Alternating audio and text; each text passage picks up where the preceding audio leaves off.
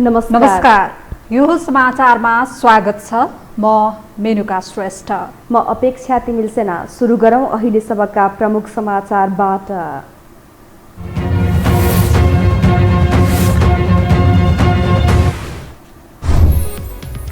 बाटो बिराएकालाई आम माफी दिने एमाले अध्यक्षको घोषणा। ओलीले नैतिकता नदेखाएकाले देउबालाई समर्थन गर्नु परेको नेपालको दाबी। अपमान सहेर एमालेमा रहन नसक्ने स्थिति। निर्वाचन आयोगको इजलासमा जसपाका दुवै पक्षको बहस सकियो। साउन 11 गते सबै कार्यकारिणी सदस्यलाई उपस्थित हुन आदेश। बहुमतको आधारमा आधिकारिकता दिने। राष्ट्रिय सभा बैठकमा सत्तापक्ष र प्रतिपक्षबीच जुहारी। देउबा जनादेशको नभई परमादेशको प्रधानमन्त्री भएको विपक्षीको आरोप। प्रतिगमनको हार भएको सत्तापक्षको दाबी। कोरोना संक्रमणबाट थप 24 जनाको मृत्यु। 2714 जनामा संक्रमण पुष्टि। तेस्रो लहरको जोखिम बढेको भन्दै तयारी थाल्न अस्पताललाई सरकारको निर्देशन। र बेलायत सरकारद्वारा स्वास्थ्य कर्मीको सेवा सुविधामा वृद्धि। कोरोना महामारी विरुद्धको लडाईँमा अग्रपंक्तिमा रहेर काम गर्नेहरूलाई पनि सम्मान गरिने।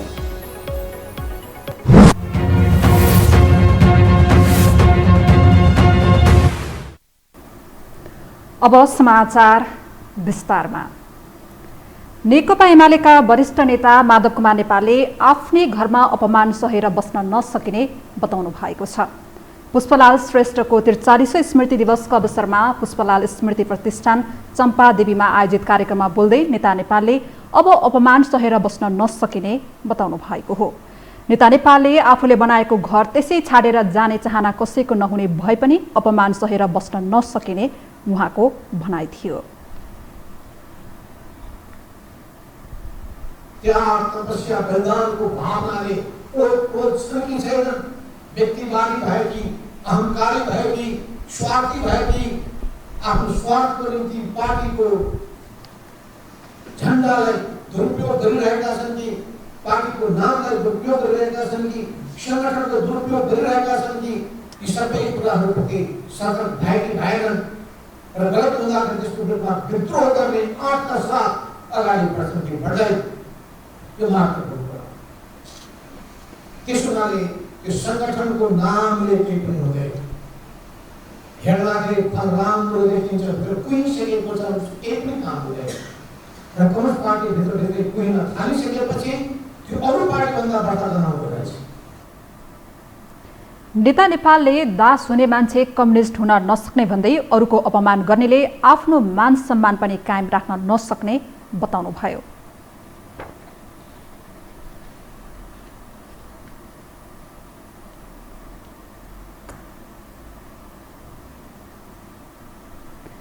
माधव नेपाल पक्षका एमाले सांसदले पार्टीले सोधेको स्पष्टीकरणको जवाफ दिएका छन्। अध्यक्ष केपी शर्मा ओलीलाई सम्बोधन गरेर पठाइएको जवाफमा प्रतिनिधि सभा पुनर्स्थापना भएपछि र विश्वासको मत नपाएपछि ओलीले संसदीय दलको नेताबाट राजीनामा दिनुपर्नेमा नदिई आफै प्रधानमन्त्री बन्न खोजेकाले शेरबहादुर देउवाको पक्षमा उभिएको उल्लेख गरिएको छ। प्रतिनिधि सभा पुनर्स्थापना भएपछि प्रधानमन्त्रीले संसदीय दलको नेताबाट राजीनामा दिई अन्य कुनै सदस्यलाई संसदीय दलको नेतामा चयन गरी संविधानको धारा 76 को उपधारा 3 को सरकार बनाउनु पर्नेमा त्यसो नगरी तत्कालीन प्रधानमन्त्री नै धारा 76 को उपधारा 3 अन्तर्गतको प्रधानमन्त्री नियुक्त हुनु असंवैधानिक भएको जवाब नेपाल पक्षले पठाएको छ।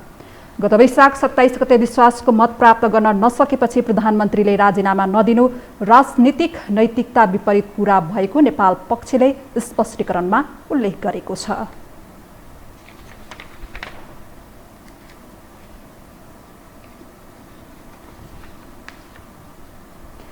नेकपा एमालेका अध्यक्ष केपी शर्मा ओलीले एमालेबाट छुटेर जानेहरू पतनको बाटोमा रहेको टिप्पणी गर्नु भएको छ।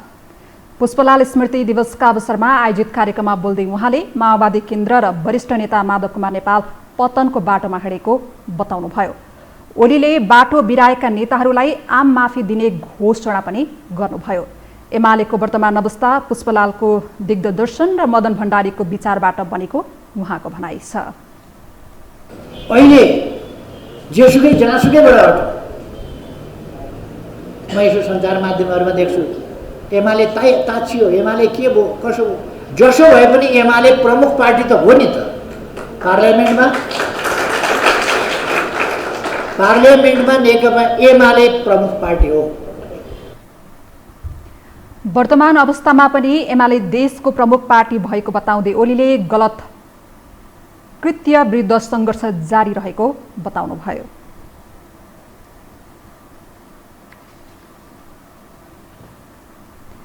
नेकपा एमालेका दुवै पक्षले संस्थापक नेता पुष्पलाल श्रेष्ठको सम्झनामा समेत छुट्टा छुट्टै सभा गरेका छन्।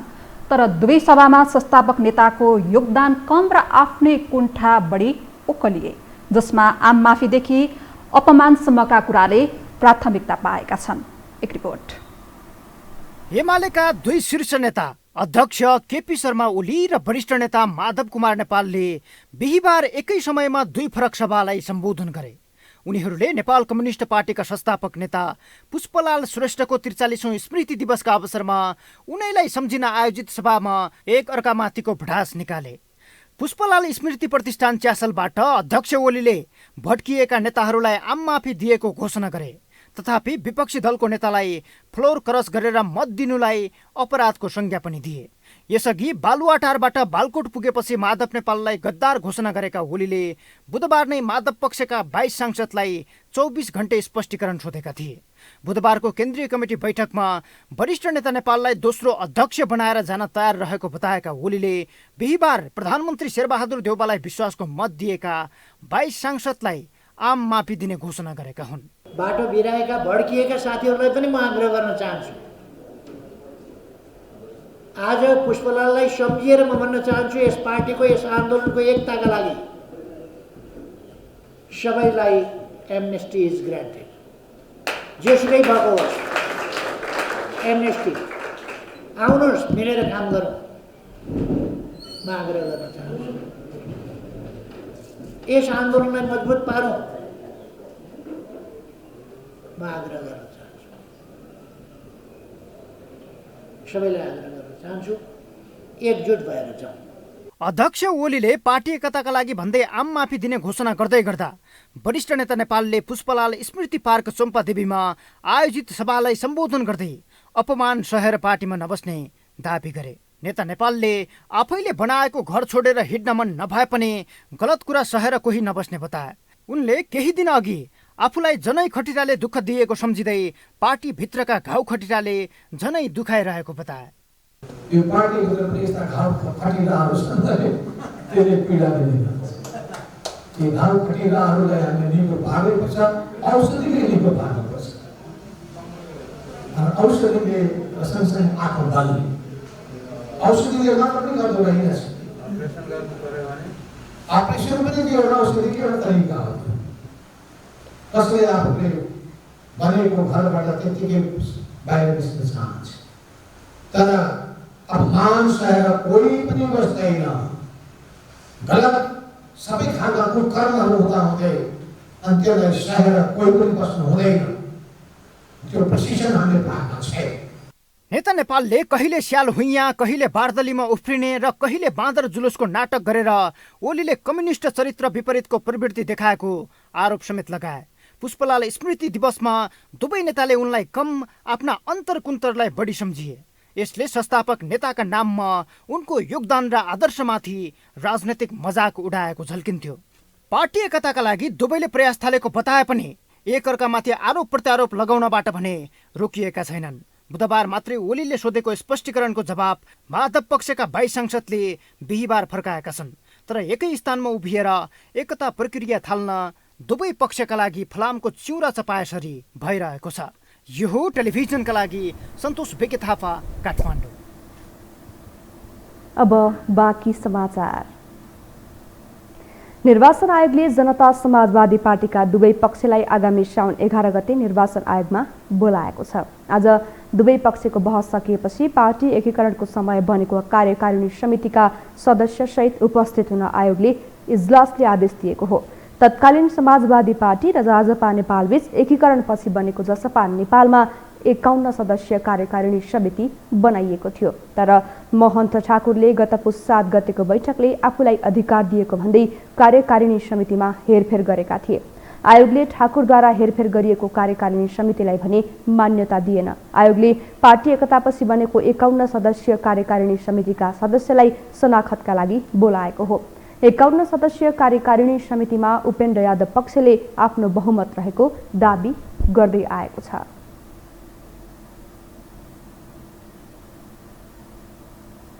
एमाले अध्यक्ष केपी शर्मा ओलीका कारण फुट्नै लागेको जसपामा प्रधानमन्त्री देउवाका कारण चमत्कारिक परिवर्तन देखिएको छ।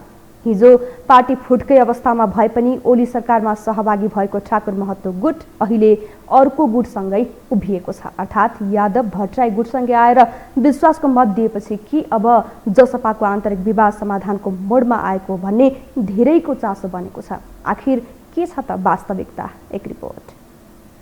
केपी शर्मा ओली नेतृत्वको सरकारले दुई पटकसम्म गैर संवैधानिक रूपमा संसद विघटन गर्दा समेत साथ दिएको जसपाको महन्त ठाकुर राजेन्द्र महतो गुट अहिले उनकै विरुद्धमा छ। ओली सरकारमा ठूलो भाग पाएपछि यो गुटले पार्टी विभाजन हुने सम्भावनालाई पनि नजरअन्दाज गर्दै सरकारमा गएको थियो। पार्टीभित्रको विवाद कुन तहसम्म थियो भने पूर्व राजपा घटकका रूपमा समेत रहेको यो गुट र उपेन्द्र यादव बाबुराम भट्टराई गुटबीच एकअर्कालाई कारबाही गर्ने श्रृङ्खला नै चलेको थियो। जसपाका वरिष्ठ नेता राजेन्द्र महतोको नेतृत्वमा ठाकुर पक्ष सरकारमा सहभागी भएपछि पार्टी विवाद थप चर्कियो, जबकि 4 जेठमा ठाकुर र यादव बीच राष्ट्रिय सहमतिको सरकार वा आफ्नै पार्टी नेतृत्वमा सरकार बन्ने अवस्था बाहेक प्रतिपक्षमा बस्ने सहमति गरेका थिए। ठाकुर पक्षले उक्त सहमति भङ्ग गरेपछि नै पार्टी विभाजनको दिशामा गएको थियो। यति मात्र नभएर राष्ट्रिय जनता पार्टी राजपा र समाजवादी पार्टी सपा एकीकरण भएर बनेको जसपाले गत असार 22 गते निर्वाचन आयोगमा गएर पार्टी फुटाउन हस्ताक्षर नै गरेका थिए। तर एकताको झिनो आशा भने बाँकी रहेको दुवै पक्षका नेताहरूको भनाइ थियो। के अब जसपामा एकता सम्भावना बढेको हो त? अनौपचारिक रूपमा खास गरेर एमालेको दुवै पक्ष नजिकै जाँदा हाम्रो पार्टीमा पनि आम नेता कार्यकर्ताको तर्फबाट एक प्रकारको दबाव सिर्जना भइरहेको अवस्था छ। सबै परिस्थितिले के देखायो भने मुलुक चुनावतर्फ जान्छ। त्यसकारणले कमसेकम हामी मिल्नुपर्छ भन्ने एउटा दोस्रो तहबाट भातृ सङ्गठनहरूबाट एक प्रकारको दबाव चाहिँ अहिले सिर्जना भएको छ। यो बीचमा आफूसँग बहुमत सांसद भएको दाबीसहित यादव गुटले पार्टीको विधान पारित गरेको छ भने संसदीय दलको नेता छान्ने प्रक्रियामा गएको छ। तर उनीहरूसँगै आएर ठाकुर महतो गुटले समेत देउवालाई विश्वासको मत दिएपछि एकताको सम्भावना पुनः बढेको छ। प्रधानमन्त्री देउवाको इच्छा पनि जसपाको एकता नै भएका कारण यस्तो सम्भावना देखिएको हो। भोलि एमाले एकता भए आफू अल्पमतमा पर्न सक्ने देखेका देउवा जसरी भए पनि जसपा एक बनाउने दौडमा छन्। तर यादव पक्षका नेताहरू भने एकताको कुनै सम्भावना नरहेको बताउँछन्। विश्वासको मत दिने नदिने कुरा पार्टी एकतासँग नभई सत्ता स्वार्थसँग जोडिएको उनीहरूको भनाइ छ। निर्वाचन आयोगले आफूहरूलाई आधिकारिकता दिने र लगत्तै प्रतिगमनलाई साथ दिनेहरूमाथि कारबाही हुने यादव पक्षीय नेताहरू बताउँछन्। उहाँहरूले जुन मतदान गर्नु हो त्यो हाम्रो सरकारको विषय होइन, त्यो हाम्रो सरकारकै विषय होइन। उहाँहरूले प्रधानमन्त्री देउपाजीसँग मिल्नुभयो र उहाँले म तपाईँलाई मद्दत गर्न चाहन्छु, हामीलाई सरकार मन्त्री बनाइदिनुहोस् भनेर उहाँले भन्नुभयो, त्यही आधारमा दिनुभयो। हामीले उहाँलाई पार्टीको साधारण सदस्यताबाट हटाइसकेका छौँ। हामीले अवधिको लागि निर्वाचनमा दियो, निर्वाचनमा मान्दैन, त्यो अधिकारताको कुरा हो। हाम्रो जुन विधि विधानबाट प्रक्रिया हो, गएका मन्त्रीहरूलाई कारबाहीको विषय हो, त्यो कारबाही अगाडि बढ्छ र हाम्रो अधिकारता पाइसकेपछि हाम्रो विधि विधानबाट पार्टी चलाउँछौँ। यी धोखाधडी पात्रहरूबाट हाम्रो पार्टीमा अब एकता हुने सम्भावना म देख्दिनँ। हुन त नेपालको राजनीतिमा असम्भव भन्ने केही पनि नभएको धेरैले टिप्पणी गर्ने गर्छन्। राजनीतिमा स्थायी शत्रु र स्थायी मित्र नहुने यसअघिकै घटनाक्रमले समेत देखाएका छन्। तर पछिल्ला दिनमा यादव पक्ष एकलौटी ढङ्गले अघि बढेकोले जसपा एक होला र भन्ने प्रश्न पनि छ। यद्यपि दुवै गुट एउटै लयमा फर्किएको तथा देउवाको प्रयास पनि जारी रहेकोले जसपा एक हुने सम्भावना भने टरेको छैन। यो हो टेलिभिजनका लागि कुलचन्द्र बिष्ट, काठमाडौँ।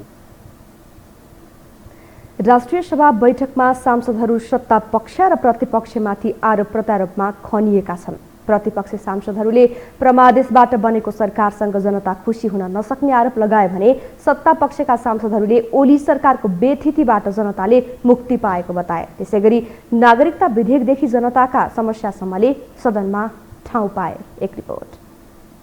राष्ट्रिय सभा बैठकमा बोल्दै सांसद विमला राई पौडेलले नागरिकता विधेयक पारित नगरेर सांसदहरूले ठूलो अपराध गरेको बताइन्। उनले संविधान अनुसार नागरिकता पाउनुपर्ने 6 लाख युवाहरू नागरिकता विहीन हुनुको जिम्मेवार सांसदहरू रहेको टिप्पणी गरिन्।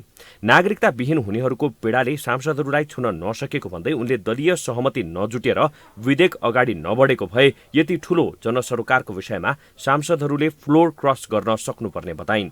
संसद अधिवेशन शुरू हुने बित्तिकै सांसदहरूलाई नागरिकता विहीन युवाहरूले एसएमएस पठाउने गरेको भन्दै सांसद राईले ती युवाहरू नेपाली भएर पनि संविधानले दिएको मौलिक हक उपयोग गर्न नपाएको बताइन्। संविधान अनुसार नेपाली नागरिक आमाको सन्तानले पनि नागरिकता पाउने व्यवस्था गरेको भन्दै उनले संविधान जारी भइसकेको 5 वर्षसम्म किन संविधान कार्यान्वयन हुन नसकेको भनी प्रश्न गरिन्। म बुझ्छु मलाई एसएमएस गर्ने युवाहरूले मौलिक हकको कुनै पनि अधिकार स्वतन्त्र भएर उपभोग गर्न पाउनुभएको छैन, किनभने उहाँहरूसँग नागरिकता छैन। र त्यो नागरिकता नहुने युवाहरू धेरै जसो एकल आमाका सन्तानहरू हुनुहुन्छ। त्यो युवालाई के जवाफ दिने हामीले? हाम्रो जवाफदेहिता कहाँ हो भन्ने चाहिँ साह्रै धेरै ठुलो प्रश्न उठ्न थालेको छ। त्यसैगरी राष्ट्रिय सभा सदस्य रामनारायण बिडारीले निवर्तमान प्रधानमन्त्री केपी शर्मा ओलीले कोरोनाको रोपाई गरेको आरोप लगाए। सडक प्रदर्शन र जुलुसबाट कोरोना फैलाउन खोजेको भन्दै उनले विपक्षी नेकपा एमाले कोरोना फैलाउन लागेको आरोप लगाएका हुन्। उनले ओली सरकार पद, आश्वासन र पैसाले चलेको टिप्पणी पनि गरे। वर्तमान शेरबहादुर देउवा नेतृत्वको सरकार परमादेशबाट नभई जनादेशबाटै बनेको उनले तर्क गरे। जनादेश भनेको के हो? कस्तो हुन्छ जनादेश? मन लागि भाषालाई दुरुपयोग गर्ने, शब्दका बेइज्जत गरिदिने। अहिलेको नेपालको संविधान अनुसारको जनादेश भनेको यो सदनभित्रको संघीय संसदको प्रतिनिधि सभाको जनादेश हो। अब यति कुरालाई पनि बुझ पचाएर रुदै रुदै जनादेशबाट आए परमादेशबाट गए भन्ने अहिले पनि बादरे जुलुस गर्दै विभिन्न जुलुस गर्दै कोरोनाको रोपाई गर्दैछ। उनलाई मजा छ एक गरिब मर्यो भने रुगा खोकी हो, औषधि गर्न पर्दैन, सुई लाउन पर्दैन, खोप टोप चाहिँदैन भनेर भाषण गर्ने, कोरोना चाहिँ रोपाई गरिदिरहने। त्यस्तै राष्ट्रिय सभा सदस्य देवेन्द्र दाहालले संसद पुनर्स्थापना गर्ने अदालतको फैसलाको सम्बन्धमा राष्ट्रिय सभाले आफ्नो दृष्टिकोण दिनुपर्ने बताए। दाहालले परमादेशबाट शासित हुनुपरेको उल्लेख गर्दै सर्वोच्च अदालतले प्रतिनिधि सभा पुनर्स्थापना गरी शेरबहादुर देउवालाई प्रधानमन्त्री बनाउनका लागि परमादेश जारी गरिएको सम्बन्धमा राष्ट्रिय सभामा छलफल हुनुपर्ने र सभाले स्पष्ट दृष्टिकोण दिनुपर्ने बताए। उनले राष्ट्रिय सभा अदालतले गरेका गलत निर्णयहरूलाई टुलुटुलु हेरेर बस्न नहुने बताए। निजामती कर्मचारी सरकारको थाई सरकार हो। यो निजामती सेवा ऐन विधेयकमा थन्किएको छ, धेरै लामो समयदेखि अगाडि बढ्न सकेको छैन। यसले प्रदेश निजामती ऐन अगाडि बढ्न पनि सकेको छैन। यसले प्रदेश सरकारहरूले काम अगाडि बढाउन सकेका छैनन्। प्रदेश लोकसेवा आयोगले पनि काम अगाडि बढाउन सकेको छैन। म सरकारको ध्यान आकृष्ट गर्न चाहन्छु, यो विधेयक तुरुन्त अगाडि बढाइयोस्। धन्यवाद। राष्ट्रिय सभा सदस्य दाहालले अदालतको फैसलामा महान्यायाधिवक्तामाथि आक्रोश व्यक्त गरिएको भन्दै असन्तुष्टि जनाए। बहसका क्रममा निवेदनको तर्फबाट प्रधान न्यायाधीशसम्मलाई उपदेशात्मक निर्देशन दिएको भन्दै त्यसलाई स्वाभाविक भनेर उल्लेख गर्नुले न्यायाधीशहरूको विश्वसनीयता गुमेको बताए। हामीसँग समाचार बाँकी नै छन्, अहिलेलाई विश्राम।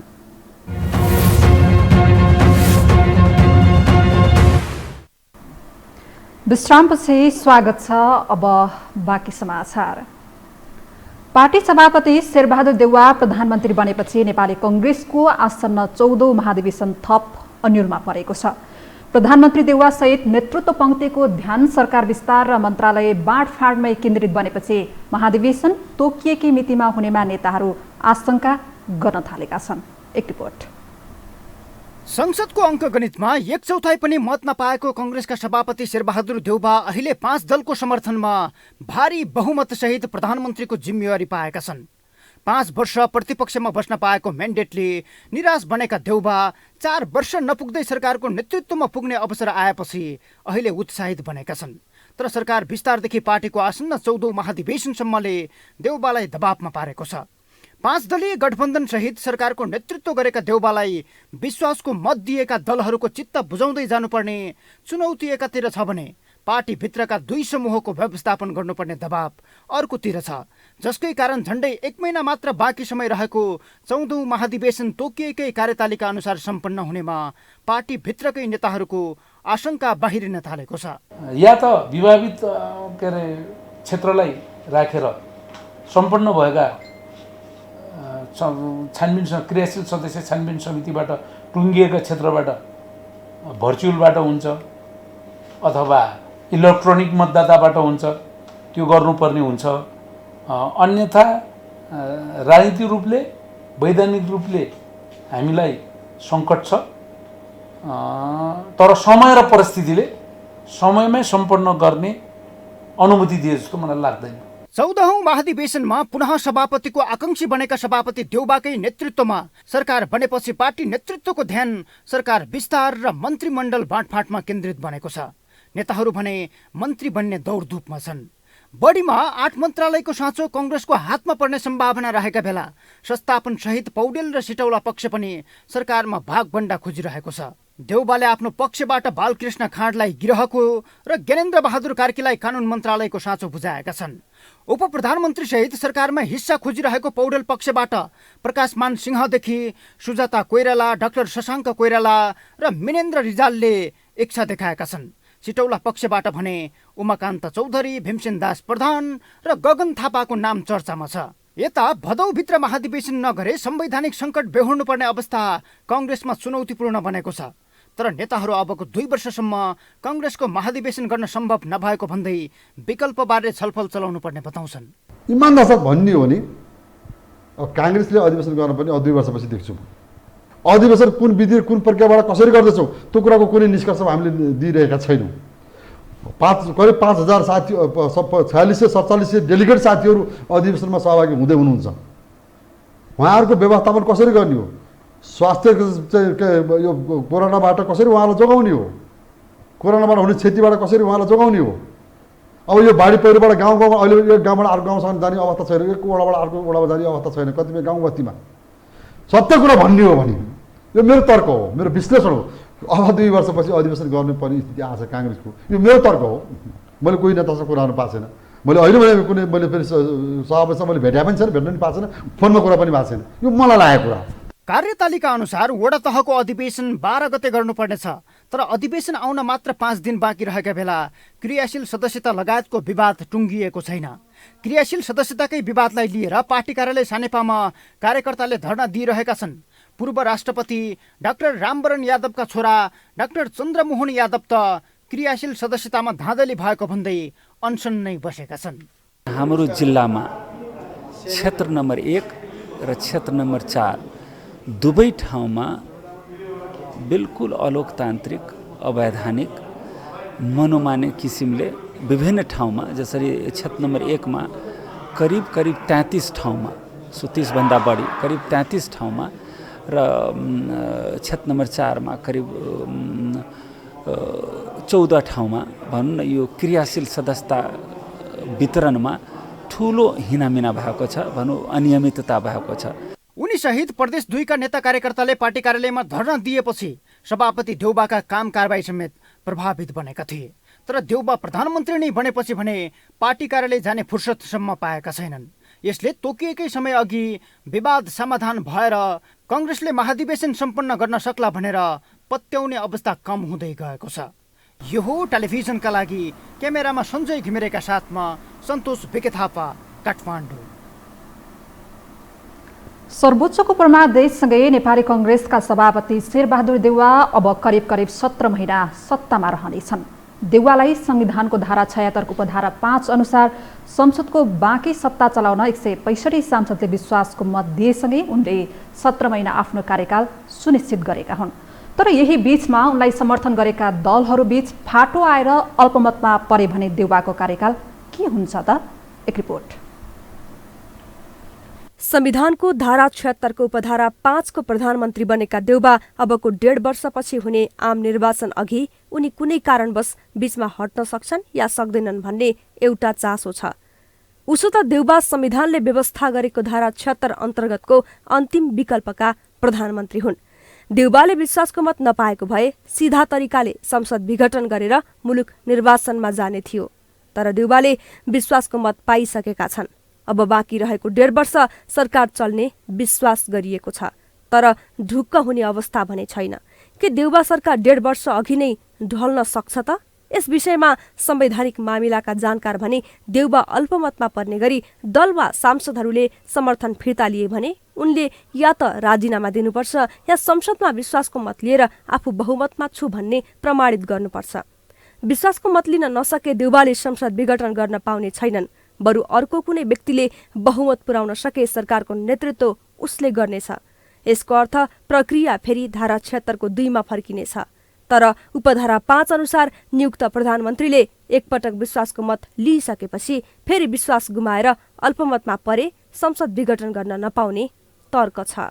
सांसदहरू जो गठबन्धनमा हुनुहुन्छ उहाँहरू नै एक ठाउँमा बस्नु भएन, होइन? उहाँहरू विभिन्न स्वार्थको, अहिले जसरी राष्ट्रियताको लागि जसरी सबै दलहरू एक ठाउँमा आउनुभयो, होइन? विपक्षी दल एउटा छोडेर, विपक्षी दल पनि विभाजित छ, त्यो सबै छोडेर आउनुभयो। अब सबै एक ठाउँमा बस्नु भएन, सरकार हामी चलाउँदैनौँ भनेर भन्नु भने नेपाली जनताले मूल्याङ्कन गर्ने विषय हो। त्यो सरकार जान्छ, हेर्नुहोस्, त्यो सरकारले काम गर्न सक्दैन। त्यो सरकारलाई अविश्वासको प्रस्ताव नआए पनि काम गर्न नसक्ने हो भने उसले राजीनामा दिनुपर्छ। अब फेरि पनि संसद विघटनतिर जाने होइन, कोही सक्ने छौ भने आउ चलाऊ भन्ने हो, होइन? उसले कोही पनि बन्ने भएन भने अनि त्यसपछि विघटनमा जानुपर्छ। कतिपयले भने धारा 76 को अन्तिम प्रधानमन्त्रीले विश्वासको मत पाएर बीचमै विश्वास गुमाए पनि संसद विघटनमा जान सक्ने बताउँछन्। यसले संविधानविदको पनि मत बाझिएको देखाउँछ। प्रधानमन्त्रीले विश्वासको मत फेरि लिन सक्ने दुईटा अवस्था संविधानमा उल्लेख छ। एउटा चाहिँ प्रधानमन्त्रीले नेतृत्व गरेको दल कुनै कारणले विभाजन भयो भने, वा अर्को चाहिँ जुन दलले उहाँलाई सरकारमा समर्थन गरेका छन् ती दलहरूले आफ्नो समर्थन फिर्ता लिए भने, यो दुई अवस्थामा दल विभाजन भएको वा समर्थन गरेका दलहरूले आफ्नो समर्थन फिर्ता लिएको, यो दुईटै अवस्थामा प्रधानमन्त्रीले पुनः विश्वासको मत दिनुपर्ने संवैधानिक बाध्यता रहन्छ। यदि त्यस्तो अवस्थामा प्रधानमन्त्रीले विश्वासको मत प्राप्त गर्न सकेनन् भने स्वाभाविक रूपमा संविधानमा उल्लेख गरेका 4वटा प्रधानमन्त्री मध्ये यो अन्तिम विकल्पको प्रधानमन्त्री भावनाले उनले संसदलाई विघटन गरेर निर्वाचनको 6 महिनाभित्र घोषणा गर्न सक्छन्। हुन त अब देउबाको सरकार कति चल्ने भन्ने आधारमा विश्वासको मत दिएकाहरूको कदममा निर्भर रहनेछ।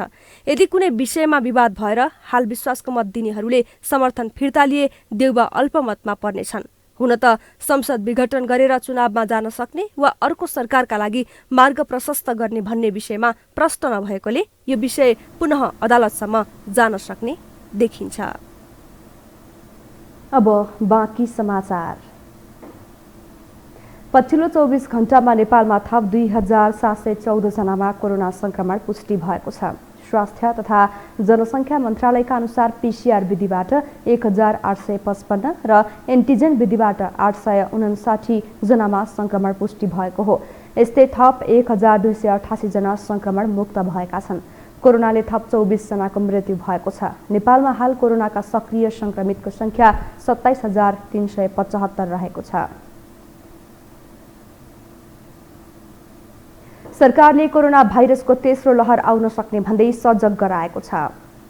स्वास्थ्य तथा जनसङ्ख्या मन्त्रालयले नागरिकलाई स्वास्थ्य मापदण्ड कडाइका साथ पालना गर्न र स्वास्थ्य संस्थाहरूलाई अक्सिजन शय्या लगायतका पूर्वाधार चुस्त दुरुस्त राख्न निर्देशन दिएको हो। मन्त्रालयले आज जारी गरेको विज्ञप्तिमा पछिल्लो एक सातामा कोरोना संक्रमणको दर बढिरहेको उल्लेख छ। संक्रमणको जोखिम बढिरहेको अवस्थामा संक्रमण रोकथाम तथा नियन्त्रणका लागि प्रभावकारी भूमिका बढाउन संवेदनशील भई जिम्मेवार बनी जनस्वास्थ्यको मापदण्डको पालना गराउन मन्त्रालयले सम्बन्धित सबैमा अनुरोध गरेको छ। मन्त्रालयका अनुसार अझै पनि 10 जिल्लामा 500 भन्दा बढी सक्रिय संक्रमित छन्। ती जिल्लामा मोरङ, सुनसरी, झापा, काठमाडौँ, भक्तपुर, ललितपुर, चितवन, कास्की, रूपन्देही र कैलाली रहेको मन्त्रालयको विज्ञप्तिमा उल्लेख छ।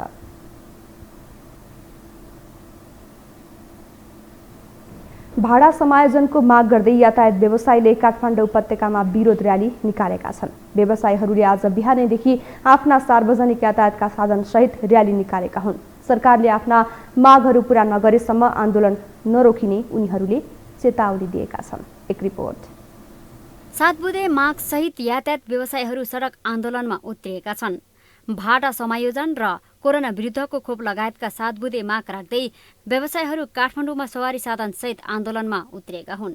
उपत्यकाको चक्रपथमा निकालिएको र्यालीका कारण लामो समय यातायात नै अस्तव्यस्त बनेको थियो। ट्याक्सीदेखि सबै प्रकारका सार्वजनिक यातायात सहित व्यवसायीहरूको र्यालीले ट्राफिक जाम हुँदा सर्वसाधारणले शास्ति खेप्नु परेको थियो।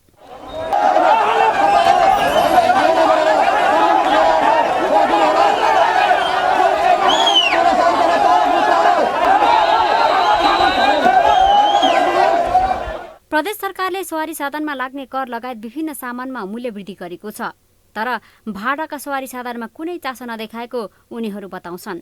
व्यवसायीहरूले पहिलो चरणको विरोधको कार्यक्रमबाट पनि आफूहरूको माग सम्बोधन नभए कडा आन्दोलन गर्ने चेतावनी दिएका छन्। भनौँ न, अब हाम्रो 9 वर्षदेखि भाडा समायोजन भएको छैन है। 9 वर्ष अगाडि तपाईँको 7-8 लाखमा ट्याक्सी आउँथ्यो, अहिले 30 लाख परिसक्यो। बाटोघाटोको हालत झन् दिन प्रतिदिन खत्तम हुँदै गइरहेछ। पाट पूर्जाको भाउ बढ्यो, कर 3 गुणा बढिसक्यो होइन। भाडा चाहिँ जहाँको त्यहीँ। अब त्यो भाडा हामीले समायोजन गरिदिनुहोस् भनेर हरेक निकायमा पेपरहरू हालिसक्यो। त्यहाँ हाम्रो जुन डिमान्डहरू त्यो सब हालिसक्यो। तिनीहरूले सुन्दै अटेर गरेर हेपेको हो कि के हो, त्यही भएर हामी आन्दोलनमा हिँडेको। आन्दोलित व्यवसायीहरूले कोरोना भाइरसको महामारीका बीच लकडाउनले व्यवसाय चौपट भएको अवस्थामा थप पेट्रोलियम पदार्थको मूल्य वृद्धिले व्यवसायमा टिक्नै मुस्किल भएको भन्दै तत्काल भाडा वृद्धि गर्न सरकारसँग माग गरेका छन्। 9 वर्ष पहिलाको भाडा र अहिलेको भाडामा चाहिँ हामी सक्दै नसक्ने स्थितिमा पुगेर यो चाहिँ आन्दोलन हो। यो सरकारलाई पनि सन्देश सबै अब जति हामीले आन्दोलन गऱ्यौँ कहिल्यै सक्सेस भएन। सरकारले हाम्रो कुरै सुनेन। 9-10 वर्षको पुरानो रेटमा हिँड्नु भनेको त हामी मर्नु हो। माग पुरा नभएसम्म यो जारी रहन्छ। त्यति सार्वजनिक यातायात केन्द्रीय महासङ्घले कोभिड खोप, यातायातको भाडा एवं ट्याक्सीको सुरुवाती कर समायोजन, मौद्रिक नीति, 20 वर्ष पुगेका सवारीको अवधि थप, यातायातको बिमा छुट, सडक कानुन, यातायात कागजपत्र नवीकरण र जरिवाना छुट लगायतका माग गरेका छन्। यो हो टेलिभिजनका लागि क्यामेरामा डिबी मगरका साथमा लीलामाया ठटाल, काठमाडौँ। नेपाली कांग्रेसका सांसद दिव्य मणिराज भण्डारीले विमान खरिदमा भएको भ्रष्टाचारमा नेपाल वायुसेवा निगमका कर्मचारीहरूको पनि मिलेमतो रहेको बताउनु भएको छ। संघीय संसदका अन्तर्राष्ट्रिय सम्बन्ध समितिको वायुसेवा हेर्ने उपसमितिको संयोजक समेत रहनुभएका सांसद भण्डारीले आज नयाँ सडक स्थित वायुसेवा निगमको प्रधान कार्यालयमा भएको विरोध कार्यक्रममा नेपाल वायुसेवा निगमको बेथितिमा कर्मचारीहरूको पनि हात रहेको बताउनु भएको हो। सांसद भण्डारीले अहिलेको परिस्थितिमा 51% स्वामित्व सरकारको हुनुपर्ने बताउनुभयो।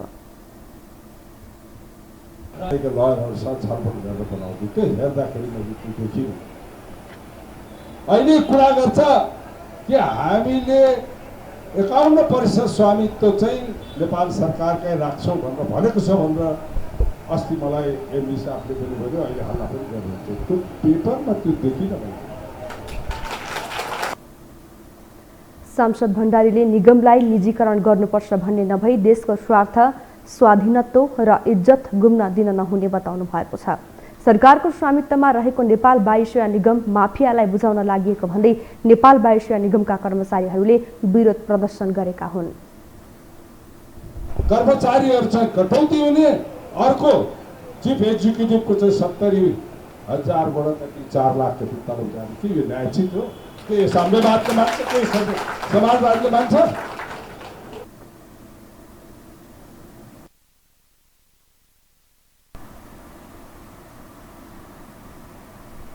अब पालो अर्थ समाचारको।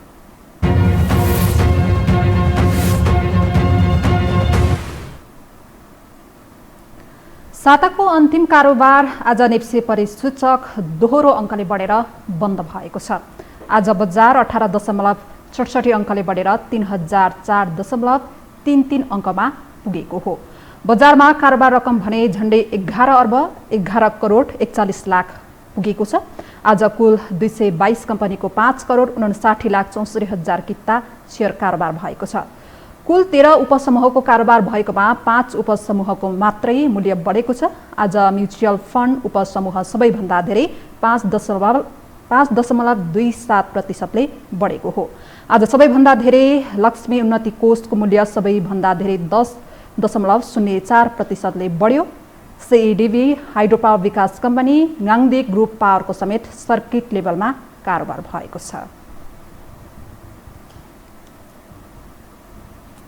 हामीसँग अन्तर्राष्ट्रिय र खेल समाचार बाँकी नै छन्। अहिलेलाई विश्राम।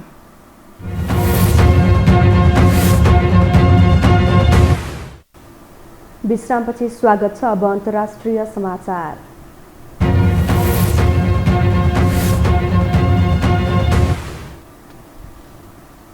बेलायतले आफ्ना स्वास्थ्य कर्मीहरूको सेवा सुविधा वृद्धि गरिएको घोषणा गरेको छ।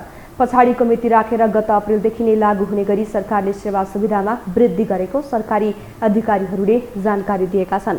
राज्यको स्वतन्त्र निकाय राष्ट्रिय स्वास्थ्य सेवाले स्वास्थ्य कर्मीहरूको तलबमा 3% वृद्धि गर्न सिफारिस गरेपछि सरकारले वृद्धि गरिदिएको हो।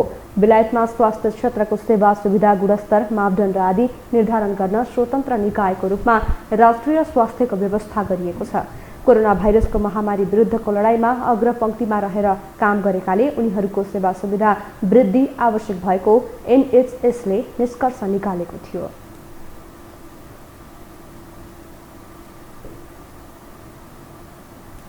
अब पालो खेल समाचारको।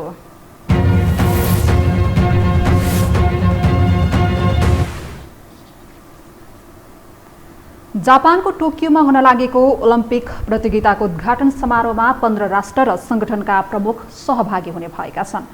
प्रतियोगिताका आयोजकहरूले 70 देशका खेलकुद मन्त्री पनि सहभागी हुने अपेक्षा गरिएको जनाएका छन्।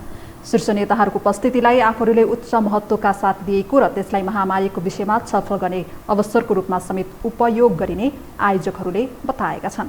त्यसो त अघिल्लो वर्ष नै हुनुपर्ने टोकियो ओलम्पिक कोरोना महामारीका कारण 1 वर्ष ढिला गरी अहिले हुन लागेको हो। प्रतियोगिता यही जुलाई 23मा सुरु हुने आगामी अगस्त 8मा सकिने तय भएको छ।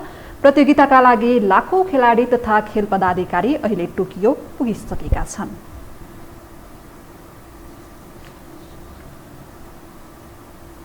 खेल समाचार सँगै हामी यो समाचारको अन्त्यमा आइपुगेका छौं। बिदा हुनु अघि प्रमुख समाचार पुनः एकपटक।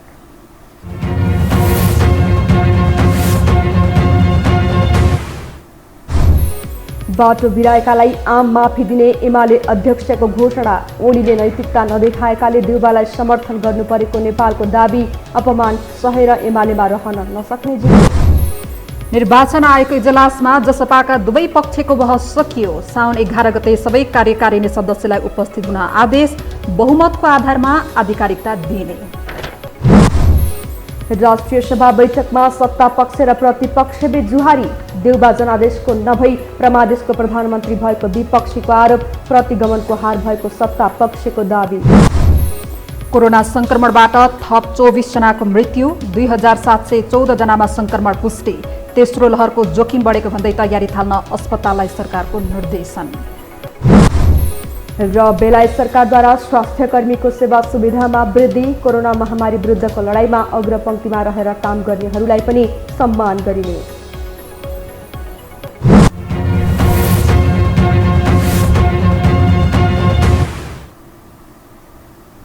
हवस् त यो समाचार सकियो। समाचार बुलेटिनका साथै यो टेलिभिजनका सम्पूर्ण कार्यक्रम yoho-television.com, yoho-खबर.com, युट्युब र फेसबुकमा पनि पढ्न र हेर्न सक्नुहुनेछ। मोबाइलमा योहो टिभी एप डाउनलोड गरी हामीलाई प्रत्यक्ष हेर्न सक्नुहुनेछ। तथ्य सहितको निष्पक्ष समाचारका लागि हेर्दै रहनुहोला योहो टेलिभिजन। नमस्कार।